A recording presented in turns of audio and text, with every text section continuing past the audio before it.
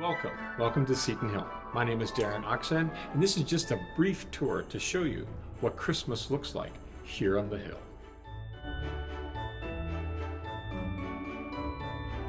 This is one of our first stops, and it's the first stop that everybody comes to. It is what brings joy to the hill. This is where Sherry sits, and it is the front desk. Some of you may have remembered it as the bubble, where the bubble lady used to sit. That's a little history and mystery. But this is one of our first stops along the journey, bringing everybody joy for the holiday season. We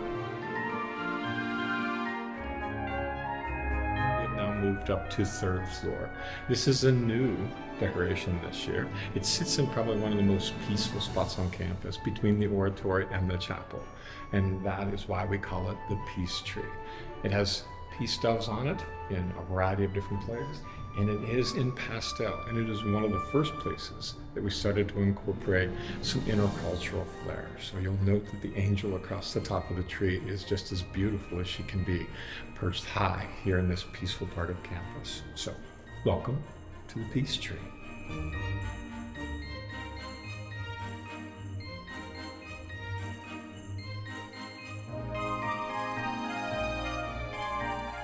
Welcome, folks, to what we think is the best kept secret at Seton Hill.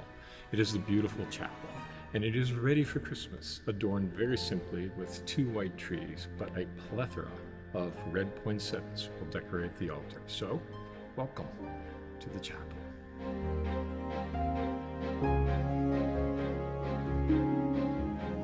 All right, folks, we've moved on, and we're moved downstairs, and we are in the Greensburg room.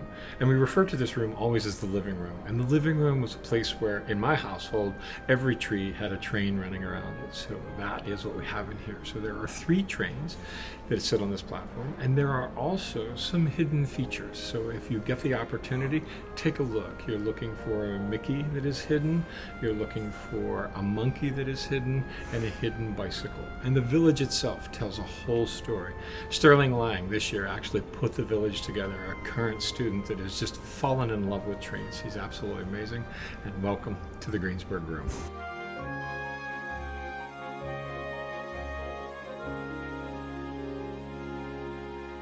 All right, folks, we've moved to the front of the Greensburg room, and as every artist does, they recreated these vignettes in the front of the room. And there's a story behind every bit of the creativity, but the one behind me is called The Winter's Blast. And many people don't know this, but in fact, the polar bears are responsible for making Santa's snow at Christmas. It has to be soft enough to make sure that when he lands, he can't be heard. It has to be slick enough that he can't be seen when he's making his getaway. So here we have 3 polar bears. We have the eldest child, the youngest child, and the middle child. The youngest child, gets away with everything. Not interested in making snowflakes, only interested in making snowballs. Tossing them at the tree and getting them to stick all day long. Gets away with murder. The eldest polar bear is the one that is really responsible, and he has Santa's hand as much to say, I got this. Don't worry, relax. But then we have the middle child, and the middle child syndrome, that's me. Not what many people think. Snowflake in one hand, snowball in the other hand. And it is when we're working, we're playing. And when we're playing, we're working, and we really can't tell the difference. So that, folks, is what we call a winter's blast. Behind me is the vignette that we call a Christmas present. And this is where you'll note that there are 2 reindeer. There's Rudy and Clyde. And just based on their faces, you'll note that they are not going to be able to pull Santa's sleigh this year. But Santa recognizes that everybody can do something to contribute. So he puts them in the present racking room. And when they're wrapping up the presents here to put them into the sleigh, they get a little confused, but he gives them somebody that can keep them on track. And you'll note that Minnie Mouse is here. And above, you'll note that the elves are all looking down upon this process to make sure that every present is wrapped in a crisp and folded fashion to be racked into the sleigh and ready for delivery. Folks, as we move through the decorations, I also want to point out to you that we have a representation for the reason for the season, and truly the blessed Jesus is in every room, so there's a creche. And in our true German tradition in my family, we leave no wreath sent here without being filled with something. So here in the Greensburg room is the true creche scene with the baby Jesus lying in wait. And that, in our tradition at Seton Hill, during Christmas on the Hill, usually the eldest server that comes to serve or the youngest server that comes to serve gets the opportunity to place the baby Jesus on its hay bale right before dinner. So that, folks, is our journey through the Greensburg room. As I always say, remember to look up. And if you look up, you'll see the bears that are hanging on every one of the swags. And they were donated by an alum, Mr. Dave Slampack. And we've got some young alum now that are donating bears, which is a wonderful tradition to continue there. So don't forget to look up, check out the bears. Each one of them has a date stamped on their foot. Okay, folks, here we are. We're in the Hall of Santas. And these two fellas that are behind me are the oldest Santas that are in our collection. They came originally in 1955. They were in the windows in Macy's in New York City. Then they went down to downtown Pittsburgh to Kaufman's in 1962. And they slid across the street to Troutman's building in Pittsburgh in 1975. They arrived here at the university in 1990 when I came here, and a man in Pittsburgh that sold commercial decorations said to me, "Would you like a couple Santas?" And I obtained them from him. Went down and they were like little elves. They were very short, but they have a mechanical mechanism inside that actually makes them pop up and stand 6 foot tall. And interesting, when they're standing 6 foot tall and the bearded ones, it reminds me of Bill Black. Every year, he sends me a message of when his oppressed people will be released from the basement and all their crates and packaging and bring them to life, you know, the bearded ones. So here we have the Hall of Santas. Noted here on this floor, there are carpets that come across the bottom that look at Santa's journey from the time that he actually gets the reindeer gathered, and then he gets on the rooftop and starts down the chimney. Then he places the toys at the tree level and then takes a little bit of milk and cookies at the end. By the way, what's your favorite Christmas cookie?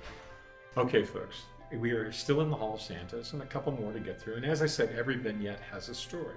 So this is one of the first full life-size intercultural Santas that we've brought to there. This is the Santa of Imagination.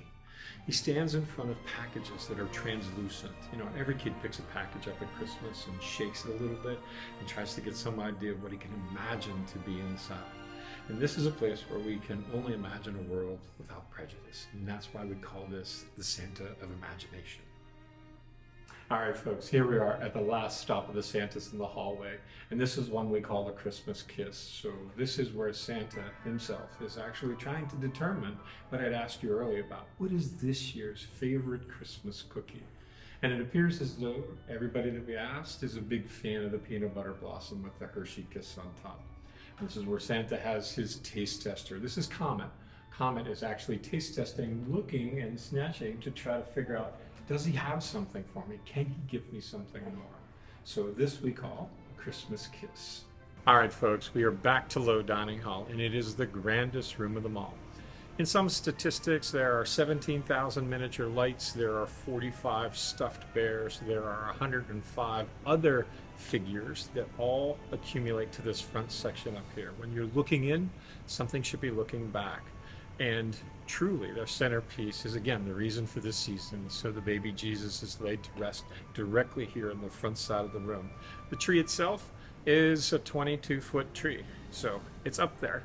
And it is a great space. But people say to me, how do you do it? How do you get there? There's a pile of elves, and there's lots of hands and lots of patient people that get us there to get this place to look like it does for the holiday. But the best gift of all is the architecture that the Sisters of Charity gave us. Without that architecture, it's a miss. But the architecture is so fine, it's absolutely amazing. So that is our decorations at Christmas on the Hill here in Low Dining Hall.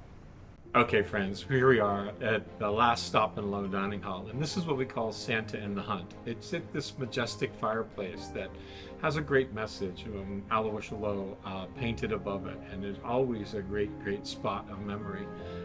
But here we have Santa where he's actually getting the reindeer gathered to help pull his sleigh. So they don't belong to him, they belong to nature, and you'll note that if you look close at the decorations, there are pheasants, there are mice, there are owls, there are numerous animals that all can figure out how to get along in nature, but we can't figure out sometimes how to get along with each other so well. So This we call Santa in the Hunt. There is a Believe that is directly on the mantle, and hanging from that is a family stocking that blesses our family. And we believe that truly here at the Hill we are all family, and that is what this is all about. So this Christmas season we wish you a very Merry Christmas and a Happy New Year.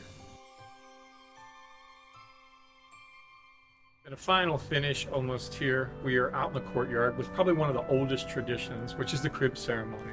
And it is one of the displays that has the oldest creche that we have on campus. So here we are in Mary's courtyard with the creche scene, and we added some lights above this year, which are actually in the shape of the Star of David, so that it illuminates the space. A true tradition with the freshman class and the crib ceremony. So this is in the Greensburg courtyard. Hi folks, I am up on Second Mara. This is where Second Mara and Low come together, and we call it an intersection. And this window display is truly a true intersection. It's the intersection where culture comes to our campus. So we celebrate here 6 different languages from our intercultural students of how they celebrate Christmas in their country. So welcome to the intercultural window as we embrace that here on campus. Okay folks, our journey has come to an end, but this is really the beginning. It's because this year was the new additive piece here, which is a 10-foot diameter wreath. It has 1,250 lights on it, has 600 ornaments on it, and it is actually majestic, hanging under this beautiful piece of architecture. And one last touch is we relit every one of the front-facing windows of admin. There are 65 of them, just as they had done for Aloysius Low many, many years ago. So folks, that is our journey through the Christmas here at Seton Hill. We hope you enjoyed it. I hope you got something from it. Merry Christmas to all.